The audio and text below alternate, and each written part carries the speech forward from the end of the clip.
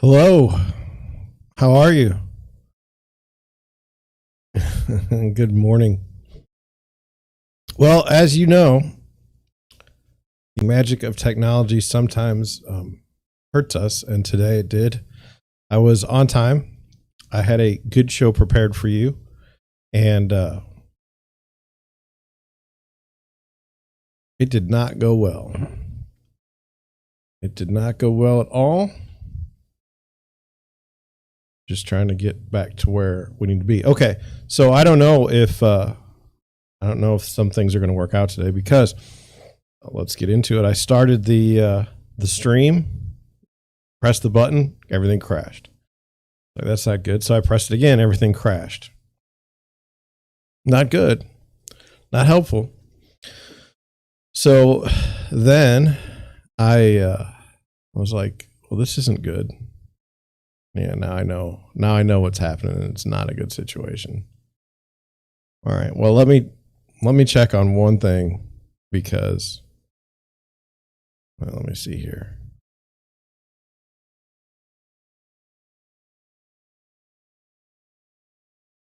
Oh, that's not bad. That's not bad. Let me check one other thing. I'll be back.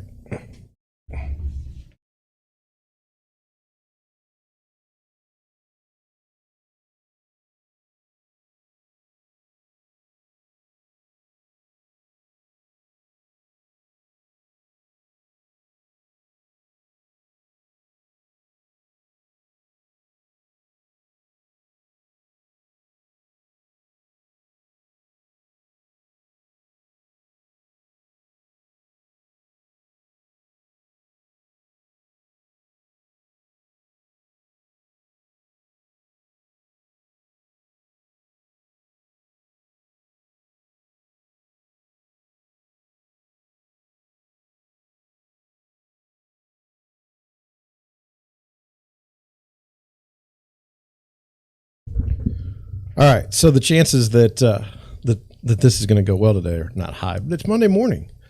How are you? I'm fine. I took off yesterday, and I'm going to take off Sundays from now on as far as live streaming. It's just too much. It's just too much. Every day live streaming is too much. I can't do it. I'm old. I'm 44, and live streaming every day, twice, and a podcast, and doing the real estate business, too much. Just too much. So today's an exciting day. I have a new employee starting this afternoon, and I think it's going to work out really, really well. I'm looking forward to it. A little nervous, like anybody would be, but it'll work out. It'll work out. Everything does. It'll be the first employee for Deerwood Realty, and that is.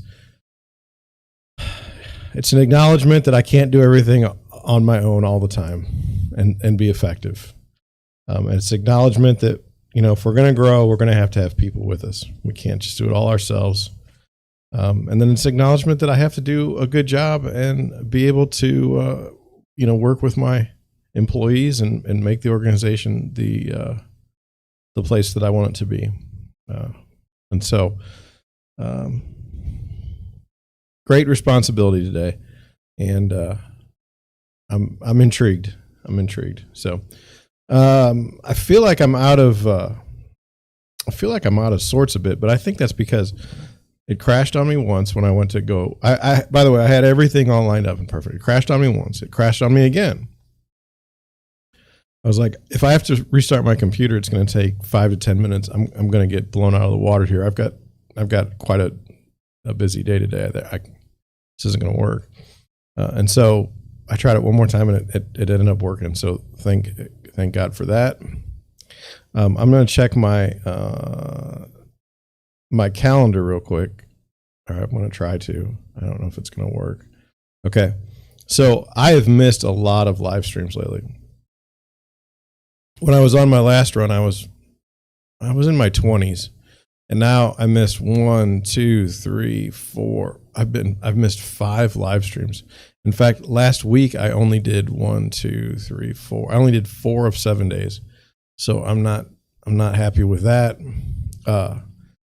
But I kind of got a little burnt out. I'm not gonna lie. So, let's go over itchy eye. Let's go over the showings for this weekend. It was an interesting situation, and I thought maybe we could shed some light on it and maybe get somewhere. Boy, I don't even have this set up. This isn't good. Boy. All right, let's put that there. Okay. So it's a perfect encapsulation of the market that we're in right now. I have a buyer that's ready to buy, has a good credit, has a good job, so they're pre-qualified. Now, what that means in the real estate market today is nothing. But they've been looking, and they want to buy something. They don't have to buy something today, but they're getting close to their lease running out. When their lease runs out, they will owe $1,300 a month on the current place they live. That's up from about $1,100 a month. I mean, it's a significant rent increase. And we know the area that we're interested in. And we were looking this weekend. There was a house that's very fascinating to me. So there's this neighborhood that I've been to before, and it's off. I don't want to say too much, but it's in Valley Park, and there's all these duplexes. Okay, I mean, 100 duplexes or more, and then you get to these houses in the back. And so this was one of the houses in the back, and we went to the house. There was somebody there before us. There wasn't anybody there after us, but we went in, and it was everything about the house was right for my buyer. There was nothing weird. There was nothing strange. There was nothing wonky. This is what happens when you go look at a lot of houses. You start to see houses that are like, this is a house you should put an offer on. This is it. You can go to like 15 houses and then have nothing. Just terrible houses. And then you walk in, and this house meets all your criteria, checks every single box. The only thing that, like I was saying, there wasn't anything. The only thing weird about this one is the air conditioning. It was a 1,000 square foot house. Okay. And the air conditioning unit was it was huge. It was huge. It could have done like maybe a 2,500 square foot house. So that's probably a bad thing. It's probably missized and whatnot, but what do we care, right? Anyway, so you go to this house and you got it the right house. Well, now what? Well, you have to write an offer. So after we left the house, we said, we'll write an offer. And that was one day. And things got messed up for me. That was Saturday. Things got messed up for me. And I didn't get, the offers aren't due until Sunday. And so I ran some comps, and I talked to my buyer, and I said, we'll write an offer on Sunday morning. And they're like, that's cool, no problem. And so I called the agent, and I said, hey, what's going on? And they said, well, we got a lot of offers. You tell me what your offer is, and I'll tell you if you're close, which is totally not. It's pretty sketchy in this market. So in any market. So I told him, he said, oh, that's pretty close. I'd put something in for that. I said, okay. But he said, it's not the top offer. I said, okay. So now I haven't seen anything on paper. I have no idea. Okay. I have no idea what people are offering on this house, but here's where there was this sticking point. We were prepared to go over asking significantly. Okay. The sticking point was, what are the houses actually going to appraise for in the neighborhood? Okay. So what are they going to appraise for? Well, there's two good comps that have sold in that neighborhood at that price. And that was, let's just say $250,000. There's two good comps at $250,000. Okay. So I think we can reasonably assume that even with all the craziness in the market, that the house that we want to put an offer in on is going to be worth $250,000 according to an appraiser. The problem comes in at, we're not going to be at 250 to get this house. We're going to be coming in at about 285 to get this house. And that's the problem. You see, to get a house today, you have to go over asking, and you have to go over it's probably going to get appraised for, which is bad. Why? Because you're on the hook for the money that is over the appraisal. So let's just say if it appraises for 250 and you've got 280, that's $30,000 you've got to come up with in addition to your down payment. Now, some people have a lot of money, some people have a lot of cash, other people don't. Before this market that I'm in now, we would see regularly, even if you went above asking, okay, you would likely get, it would likely appraise. It very seldom did it not appraise. And so then you were only responsible for the down payment. You didn't have this gap insurance, this appraisal gap. That's problematic. And it's hurting like regular buyers. I have two buyers in particular that can go over asking, and and as long as it appraises, they're fine. But anything much more than over asking, much more than a couple $1,000s over an appraisal, and they can't swing it. And it's not that they're poor. It's just that they don't have any cash to cover the down payment and the appraisal gap, and still live comfortably, still be able to go to the grocery store, be able to go to a restaurant and not have an issue. So, on Sunday, I got a text like, "Hey, I want to buy this house, but this doesn't make any sense for me. I'm not going to be able to buy this house like this." And you know what? They're right. The buyer's right. Now, a couple things. One, the buyer has empathy towards me because I'd spent a lot of time going over the comps, and now I got nothing. But you shouldn't. The person in this transaction that's most important is the buyer.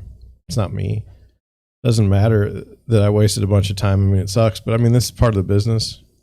It's what's worse is when I have buyers that want me to go all over the place, and then we never write an offer, and we never get a house, and then we never see the person again. So there's just no reason for that. This person obviously wants to buy a house, but I've been watching. In this market. Okay, I'm just one guy, and Jan helps me,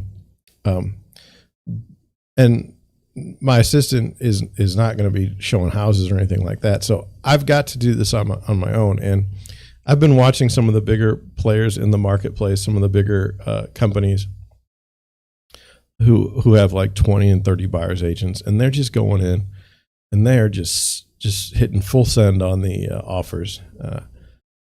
I saw one yesterday that was just disturbing how much someone paid for the house in cash versus what they were asking and versus what the house was probably worth. I mean, it was really bad, and I knew the agent, the type of agent that is. Look, if you're a buyer and you're uncomfortable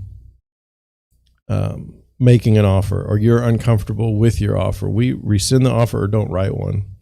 I'm not going to talk you into buying a house. I'm just not. That's not sales to me. That's not sales to me. Sales to me is the removal of barriers to buy something. It's not.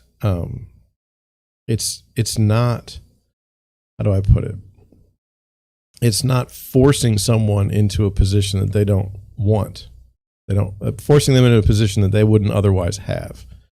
And so what I mean by that is, like, so say you want to go buy a house, and you say, "Hey, I'm a little uncomfortable with X," and then I go and I research X, and based on the research that I see, I try to be as unbiased as possible. I say, "Well, this is what we're seeing. Does that work with what you want to do?" That's removing a barrier to a purchase.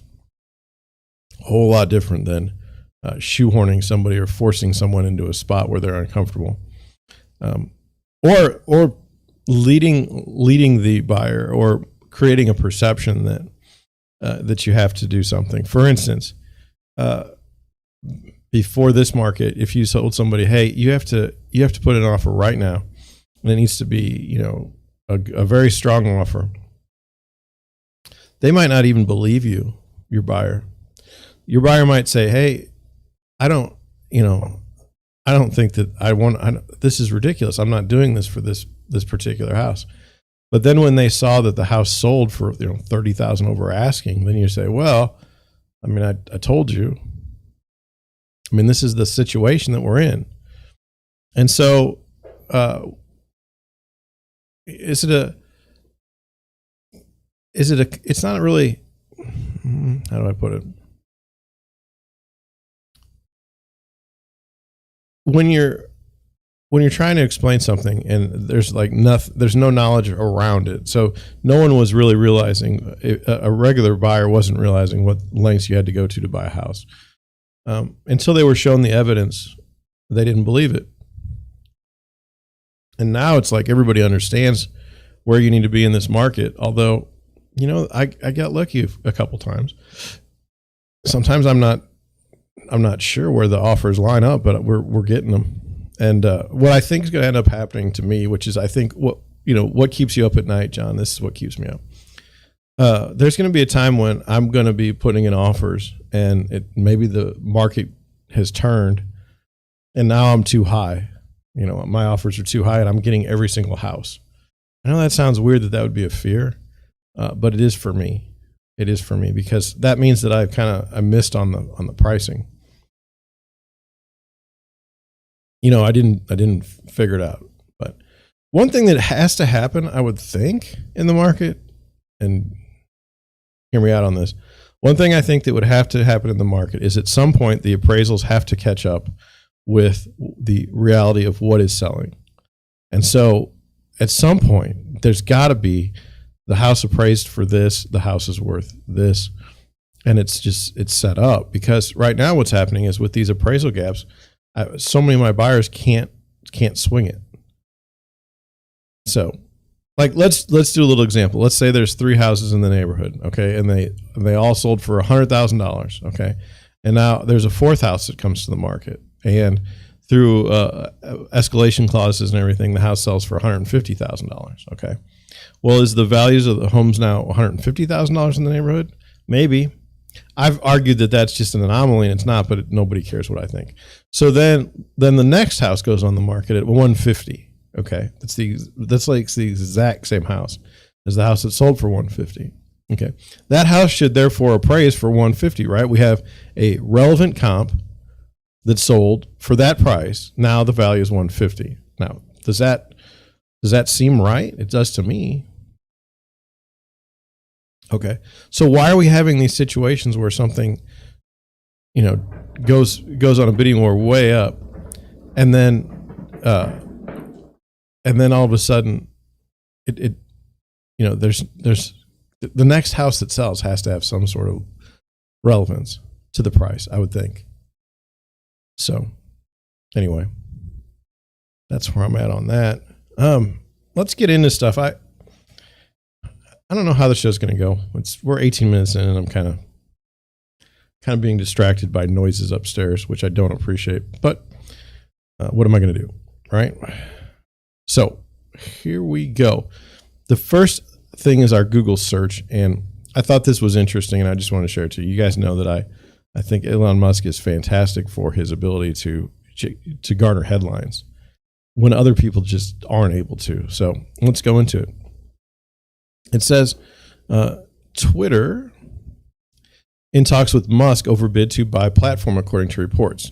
Now, this is from the Associated Press on the NPR website. Now, I don't expect the NPR website and Associated Press to even come close to following this the way they should, but it's okay. Let's just go over what they say and let's see how it goes. It says, Twitter's board and Tesla CEO Elon Musk negotiated into the early hours of Monday over his bid to buy the social media platform, the New York Times reported. Also not a beacon of journalism at this point in history. Musk said last week that he had lined up $46.5 billion in financing to buy Twitter, putting pressure on the company's board to negotiate a deal. Now, let's just read through it and then we'll talk about it. But it says, the Times, citing people with knowledge of the situation who it did not identify, said the two sides were discussing details, including a timeline and fees if an agreement was signed and then fell apart. The people said the situation was fluid and fast-moving. Now, the Times uses unnamed sources all the time, and they get it wrong. So I don't trust this. I'm sure that there's something maybe relative to the thing that I've got. I mean, even when I see all these reports, I don't know if anything's true. But I know that Elon Musk has Twitter, and I know that if he wanted to do something, he would just write it on Twitter. That's what's making this really, really fascinating, because this is really a media issue. And said, and this is where I was confused. It says, Twitter had enacted an anti-takeover measure known as a poison pill that could make a takeover attempt prohibitively expensive. But the board decided to negotiate after Musk updated his proposal so he had secured financing, according to the Wall Street Journal, which was first to report the negotiations were underway. On April 14th, Musk announced an offer to buy the social media platform for $54.20 per share, or about $43 billion, but did not say at the time how he would finance the acquisition. Last week, he said in documents filed with the U.S. securities regulators that the money would come from Morgan Stanley and other banks, and some of it secured by his huge stake in the electric car maker. Twitter has not commented. Musk has said he wants to buy Twitter because he doesn't feel it's living up to its potential as a platform for free speech. In recent weeks, he has voiced a number of proposed changes for the company, for relaxing its content restrictions, such as the rules that suspended former President Donald Trump's account, to ridding the platforms of its problems with fake and automated account. The rules that suspended former President Donald Trump's accounts, okay, that's a joke, because Twitter's rules are made up as they go. Even if they have a user agreement, it doesn't matter. If I say one thing wrong, I'm out. Okay, and I don't know what that's always going to be. Musk is the world's wealthiest person, according to Forbes, with nearly $279 billion fortune, but much of his money is tied up in Tesla stock. He owns about 17% of the company, according to FactSet, which dangerous facts as far as I'm concerned. Anytime, like anything that says factual or, fact checker or truth determining, or, I mean, it's just like, no. I'm pretty sure that's not going to work. I just got an odd thing. Okay, anyway, let's go back here. Sorry to stop midstream. At SpaceX, is privately held space company. It's unclear how much cash Musk has. Well, so here's my question to you, and I don't know the answer. Okay, we know that Android's apps and Apple's apps, okay, the app stores, can unilaterally just throw you off the platform. They threw that. What was that called? Parler. They threw that off the platform, and they threw it off a number. Not only did Apple in the Android store throw it off their things, but even Amazon Web Services got rid of their servers. I mean, it was a massive destruction. If Musk is successful in acquiring Twitter, okay, what makes you think that Apple and the Android App Store and Amazon Web Services, what makes you think that they're not going to do the same thing to Twitter? And you say, well, John, because it's so much money. It's $43 billion. He's going to pay $43 billion for it. That's not how this works. They don't care. They don't care at all. They could just as easily get rid of this, just like they get rid of anything else. These are ideological issues. These are not business issues. These have gone way past the idea of a business issue. Just look at Twitter, for example. They're more than happy. They threw Donald Trump off the platform, and that guy, he had a lot of followers, and your whole ability to monetize eyeballs on Twitter is the key metric. Like, how much time are people spending on this app? So if they're willing to just throw that out, okay, then that it's ideological. So to me, Musk is taking a significant chance here, because they could just dump this app as soon as he buys it, as soon as he makes changes that they don't like. It could just be dumped. So this is really fascinating to me. The other thing that was fascinating to me is that they rejected the offer right out of the gate when it didn't make any sense. They're saying that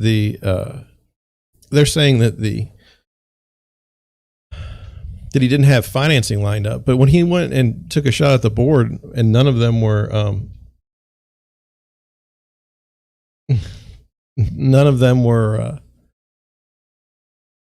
people on the board even owned stock. It was really weird. It was really weird. This whole thing was very, very strange. It's brought up a lot of discussions. It's brought up a discussion of, like Vanguard, which is like an index fund, basically. I mean, they have a seat on the board and they have a significant stake in Twitter. I guess somehow, the BlackRock, activist shareholders that are not looking to provide value so much as they're trying to enforce an order on things. A very fascinating discussion. What makes you think that Elon Musk is a free speech absolutist? What makes you think that Twitter should be a platform for free speech? You know what I'm saying? Like, why is this the space to fight?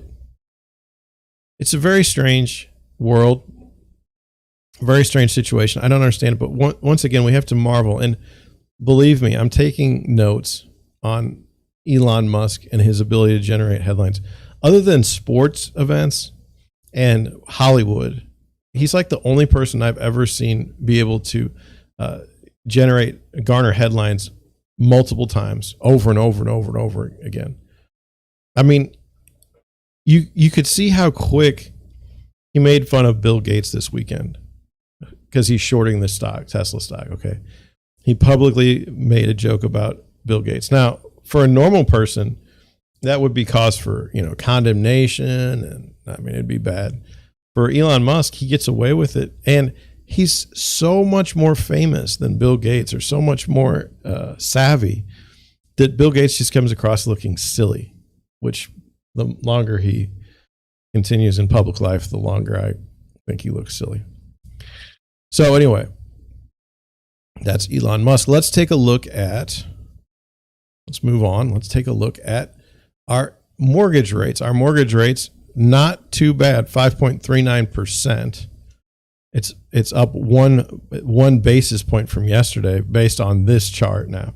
One of the funny things is I was talking to my lender this weekend, and I was like, hey, I'm at like 5.38% on my chart. Where are you? And she's like, oh, I probably get something for 5.25% right now. So they vary widely. What I'm going to do on this one is I'm just going to say, look, this is where I am. This is what I see. And if you want to get an exact quote, then you need to talk to your mortgage person. As long as I stay consistent, I should be in good shape. So let's get into the, I thought this article was interesting. It was the latest analysis. It was right down here. I just clicked it and I thought we could go over it. It says, mortgage rates are a bit higher and way lower than you've been told. It says, and I haven't read this. I like the headline, and I like the mortgage conversation. I'm not going to lie.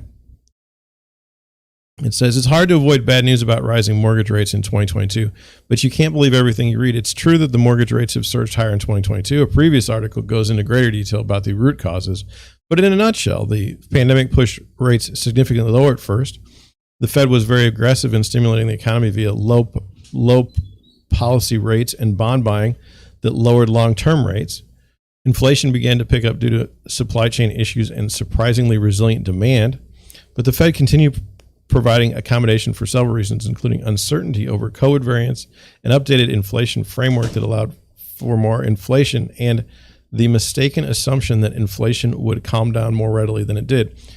The Fed finally began to tighten policy in late 2021 and got incrementally tougher over the following months. The Ukraine war caused a quick head fake that initially helped rates recovery, but it was followed by a surge in inflation concern that caused the Fed to signal even more aggressive policy tightening. Well, okay. It says that's the saga of 2022's rate spike in a nutshell, but pictures do it more justice. Here's how inflation looks both in monthly and annual terms. So this is the core inflation, annual and then monthly. You can see that in 2020, there was negative inflation there. That's pretty impressive. It says one of the reasons the Fed is so worried about this chart is wait a minute. One of the reasons the Fed is so worried is that this chart really doesn't convey Much of the new inflation expected as a result of the Ukraine war.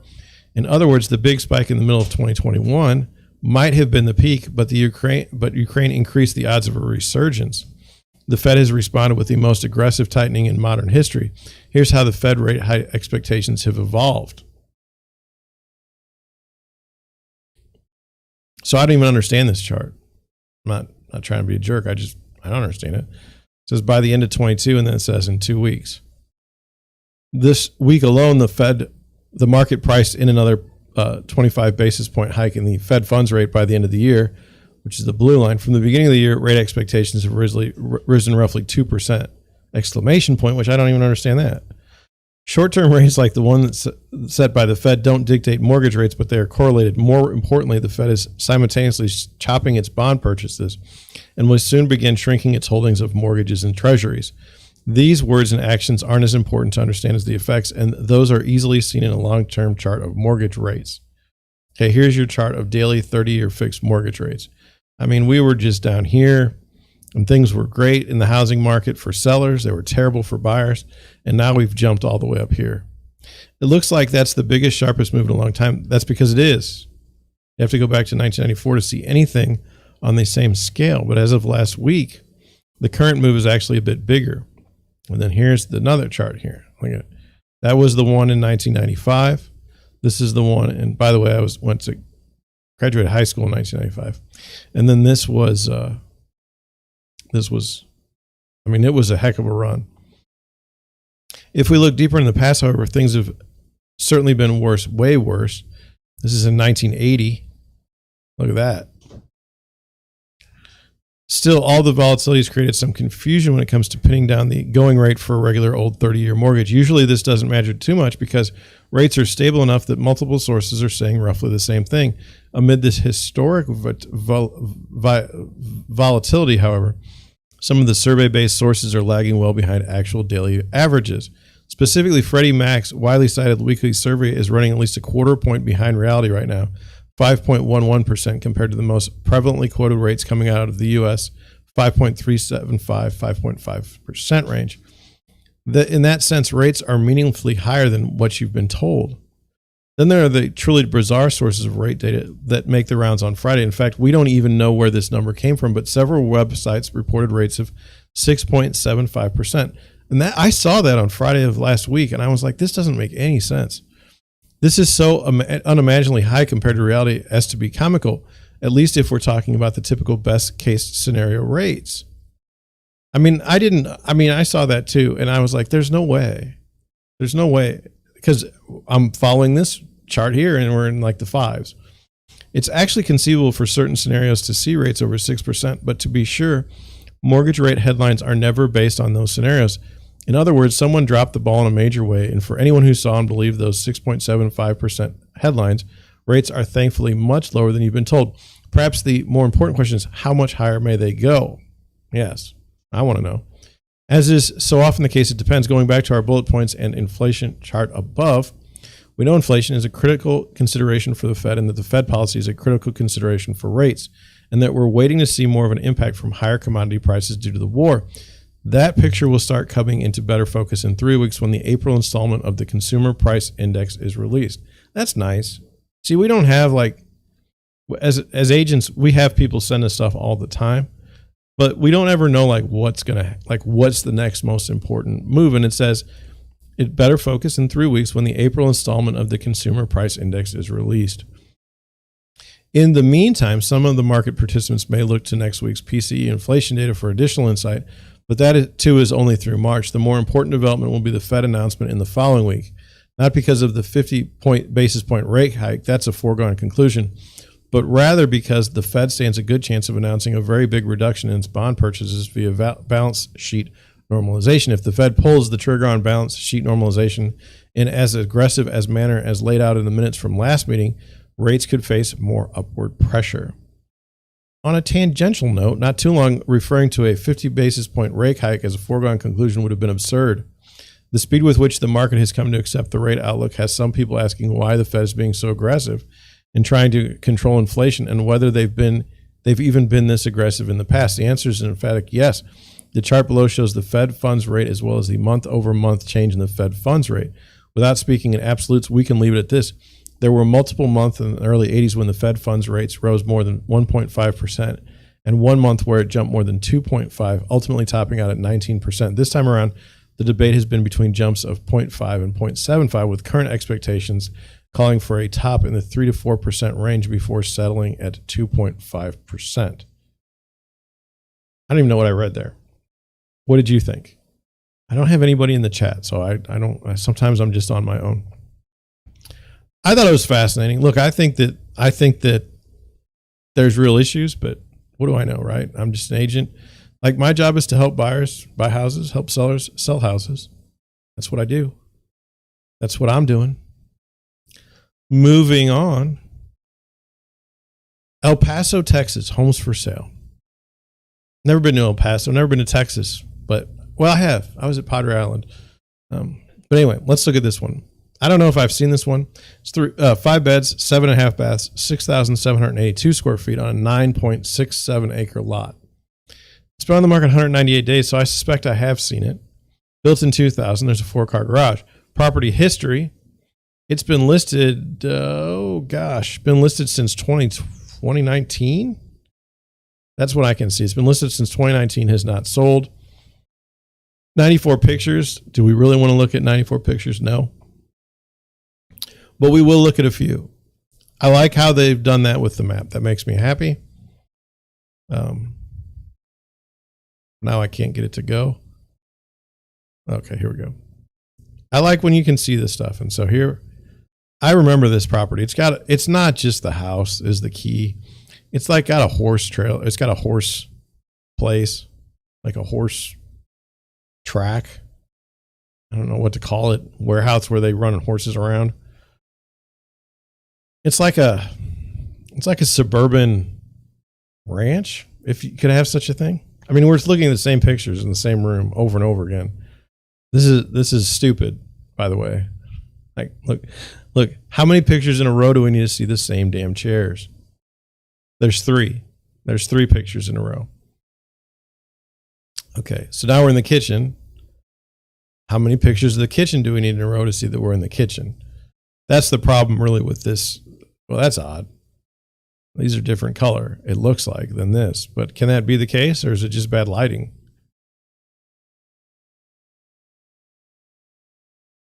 Like, no, this is me. It's a $3 million house. You got my trash in the plunger there, okay? All right. You got trash right here. I don't need this in the picture. Take this stuff out. Okay, look, trash. Like, stop with the trash. Look, trash. I mean, you got a $3.3 million listing and all you're doing is showing trash. So, I don't know. I feel like I've seen this before since it's been on the market for 198 days. I think we can continue and look at something else. We got 2.79 million. 3 bedrooms, 4 baths, 6,000 square feet on a 4.75 acre lot. Let's go with that. Now, I'm going to do something because I want to go over something next. We're going to do it this way. Here we go. It's been on the market 228 days, so that means I've seen this one too. Let's look at some of the pictures. 115 pictures is too many pictures. Anything more than 50 is ridiculous. And like, how many times do I need to see the same picture in the listing? It's a nice pool and it's beautiful. I mean, don't get me wrong. But there's a reason why it's been 28 days on the market. Okay? I mean, there's a reason. So I'm not really interested in the built in 1990, 3-car garage, property history. It was listed. I mean, at least it's not like the other house has been listed for 4 years and hasn't sold. But let's look at the property details. Okay, here we go. Award-winning Upper Valley home with soaring ceilings and spectacular panoramic views of the Franklin Mountains, designed by the architectural firm of Garland Hillis. Oh, not a comma. The sweeping views can be seen from the huge rear window and second-story loft with the outdoor deck. Beautiful Tennessee pine and white oak adorn the ceilings and extend visually through the glass windows to the rear patios. Each bedroom has pine ceilings and glulam beams with private, partially covered patios. That's not necessary. Aluminum beams, nobody's excited about that. There are unobstructed panoramic views from almost every part of the nearly 5 acres of alfalfa surrounding the home. The home was designed by Hillis to appear to be floating on a sea of alfalfa, with the roofline repeating the contours of the Franklin Mountains and the standing seam copper coat metal roof glowing in the sunlight. In addition, this home has 4 fireplaces, Pella windows throughout, 3 living areas, library, office, heated pool, putting green, workshop. Acreage has irrigation rights and a farming tax deduction. So that's supposed to look like the Franklin Mountains, floating on alfalfa. I mean, that's what it says. Now, I mean, we're just zooming through stuff because I'm running out of time and I want to get to where I want to go. So that was that. You know? That was that. That was that house. Cash me outside. I just did that. Oh, that's funny. All right, now the next one. $1.3 million, 5 bedrooms, 5 baths, 6,331 square feet on a 2-acre lot. We're getting less lots, about the same square. I mean, the same square footage. We're basically at 6,000 square feet, between 6 and 7 on the top 3. The only difference is the amount of land and where that land is. 132 pictures. Now, remember, we talked about this. There are different. Oh, what's the word? Different. The way people list things in different parts of the country, there's like, I would say precedent, but that's not the right word. You know, each place has unique things, and what I've seen really with the Texas stuff is very small descriptions, but way too many pictures for my taste. But let's look at the property history on this one. Listed in 2021. It's still for sale. 24 days on the market, built in 1997. Like 132 pictures. Good Lord. But let's look at the property description, because again, we're gonna go over that. Walk into this beautiful hacienda style home is like walking into a gorgeous resort hotel in Mexico.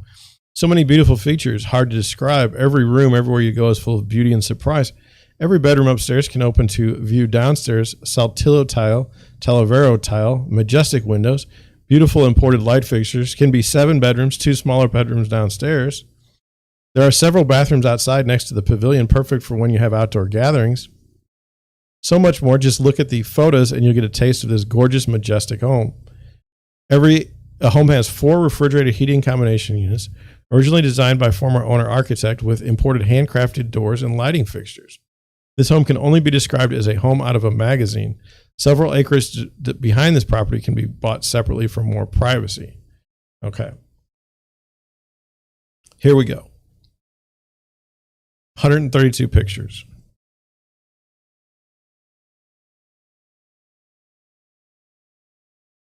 So what I'm seeing is no grass, which I don't understand. All right. Are we inside? No. We've got these big pots with these plants, but I guess some of them died or something. I don't know. That's interesting.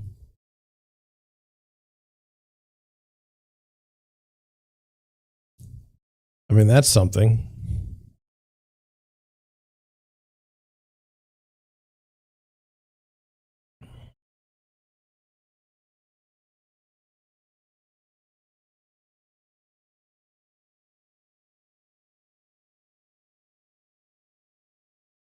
I mean, thank you for this view. I honestly, on big houses like this, I think that is, or, you know, pieces of land, I think that that's a must now, is drone photography.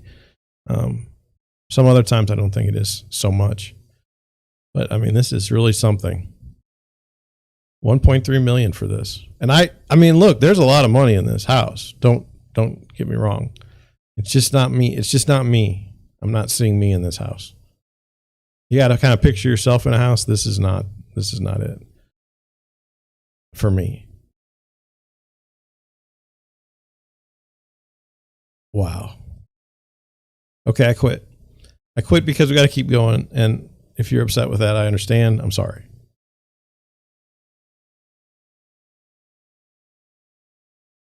Here we go.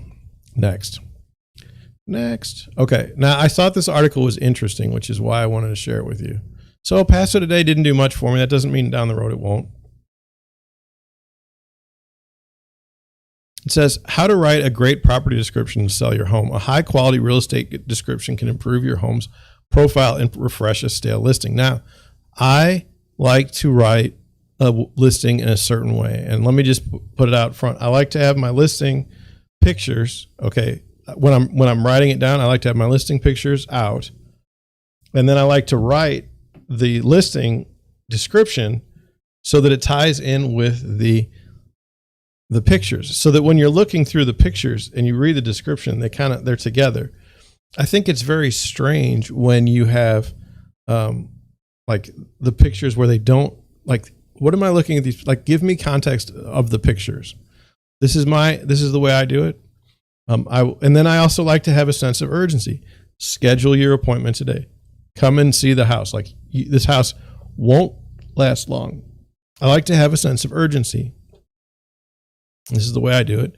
Let's see what they say. Okay, it says, as our world becomes more visually oriented, high-quality photos have become the most important marketing tool to attract buyers in real estate. Beautiful photos not only create intrigue, but they also show potential buyers the most important aspects of the property, including its scale, condition, and views. Once buyers' curiosity is piqued, they will often read the fine print, and a property's written description should complement the photos. I mean, I am a real estate agent. I do this for a living. A great property description can help get those showings and ultimately make a deal. It's true. It's true. In fact, there are companies, like if I want to get an all-in-one package, I can get my photos, I can get a property description written, everything all put together by one company. But the reason why they can do that is because they're taking the photos, and so they get a sense for the house. One thing I would disagree with in this first paragraph is that it also shows the potential buyers the most important aspects of the property, including its scale, condition, and views.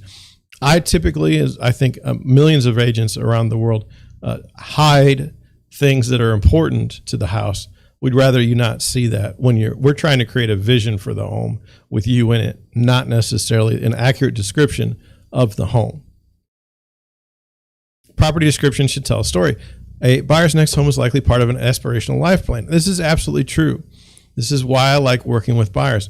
They're doing something new with their lives. They're taking another chapter in their lives. It's writing another chapter. It's a very positive time. So a listing description should play into that. It should sell the idea of what life could be like in the perfect day in this home. Quality listing descriptions should tell a story, but in the process convey important information, highlight the best qualities of the home, and ideally answer anticipated questions. When writing a property description, you want to engage the reader immediately.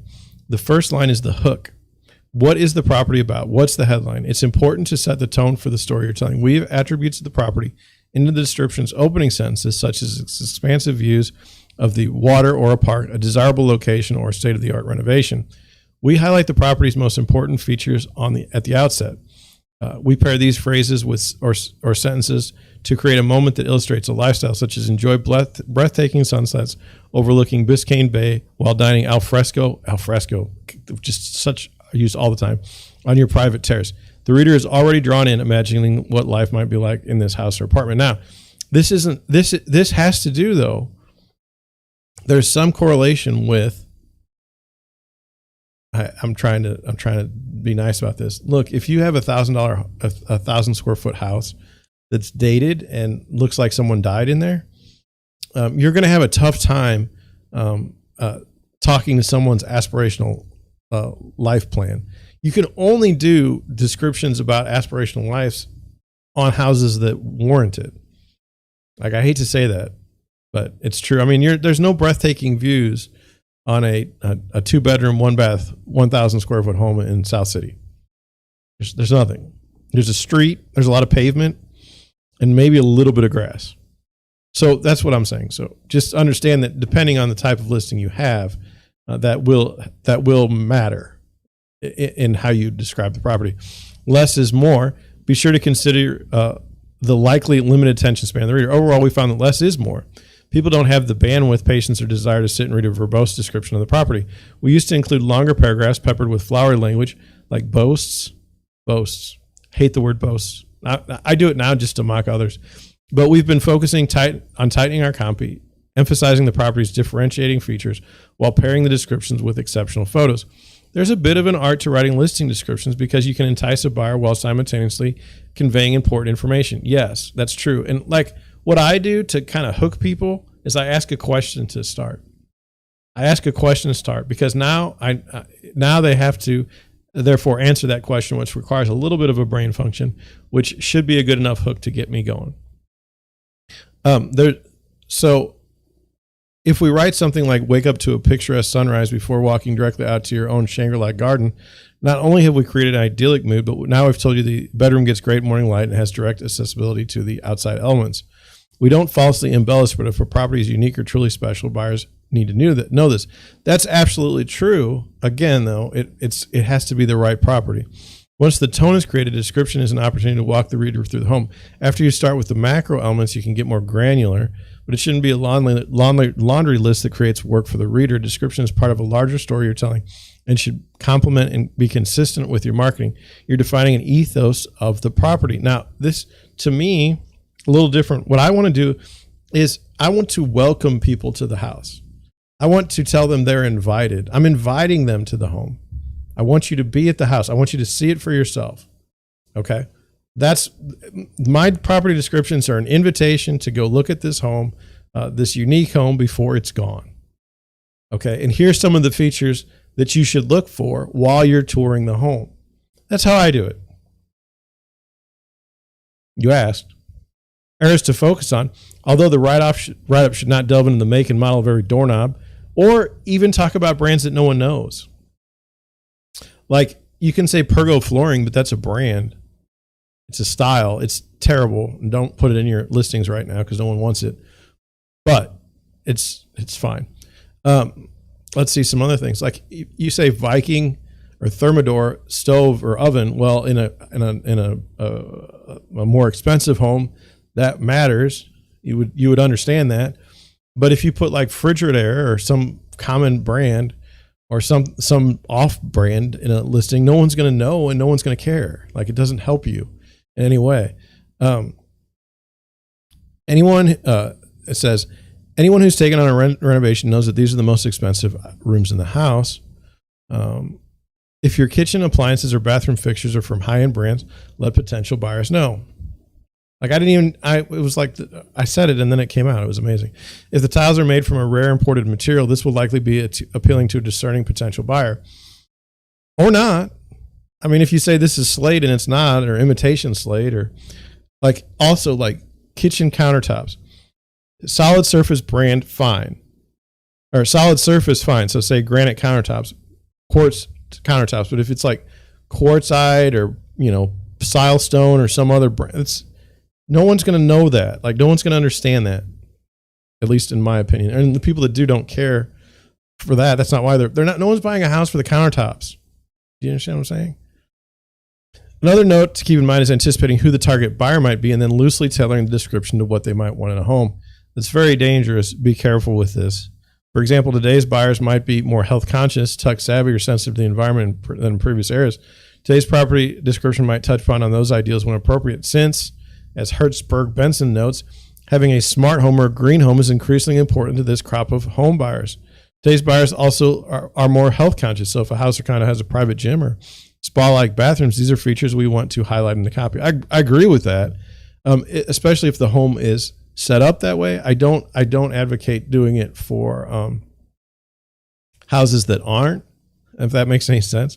Like you can't just say it's a smart home or a green home if it's not like LED certified or, a smart. You have to be careful with the smart home because honestly, we've had this technology in homes now for 10 to 15 years. And if you're rocking something like digitally from like 2000 in the home and saying that that's, a smart home or an automated home, it's like that's a bad thing. It's a bad thing then. As interests and lifestyles shifts and evolve, so should the property descriptions. We knew that. So if, health and technology are front and center. So if a home comes with an air purification system or an electric vehicle charging system, not only might this be important to our target buyer, but it also signifies the property gestalt is new and now. It's not just about where you live, but how you live. The electric car charger is very nice. I was looking at a listing this weekend that had mentioned that in the description, and it's important to do so because There's currently no space in our listings input to be able to put like electric car charging plug. Like it doesn't exist. So you almost have to put it in the description so someone would know about it. Also, buyers in today's market will likely see descriptions of home offices touted whenever possible. Since working from home has become the new norm, people are spending more time at home than ever in recent memory, so they're utilizing space differently than they once did. A detached guest suite, for example, has become a bigger selling point than ever, since it can be used as a separate home office, even if it wasn't originally built that way. I agree with that. If you can, I mean, there's one of the things that limits you, at least in our system, is you only have 1,500 words. I mean, you're not going over. You're not. Maybe it's 1,500 characters. You're not going over the limit. Most of the time, it's hard to get everything you want to in there. If a newly renovated home is on a beautiful block with scenic views and has a floor plan that easily lends itself to the demands of contemporary living, the toughest part about writing its description might be choosing which selling features to list most prominently. But as any buyer or seller knows, most homes for sale are far from perfect, especially those in need of rehab. In these instances, it's important to still find the property's strengths and stress them. If, for example, a house isn't fantastic, we accentuate its potential.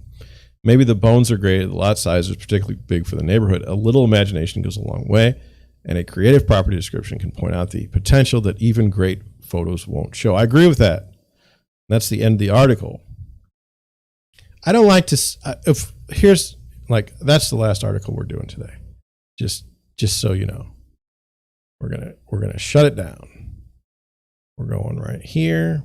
We're going right here. So one of the things that they're talking about when they say like strive for potential with properties that aren't that great, I typically I don't know, I wouldn't say I disagree with it, but I would say that it's dicey because if you're a real estate agent like me, you know that when somehow somebody writes this house has a ton of potential, that means it's an absolute disaster.